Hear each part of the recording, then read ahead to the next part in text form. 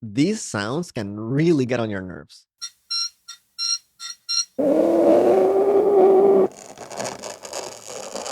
To the point where they can actually set off your amygdala, that part of your brain that handles emotions and keeps an eye out for potential threats in the environment.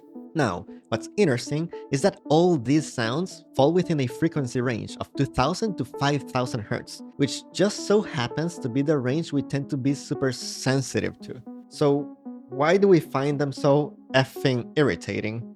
One idea is that they share the same frequency range as a crying baby or someone screaming, and our brains just don't like that.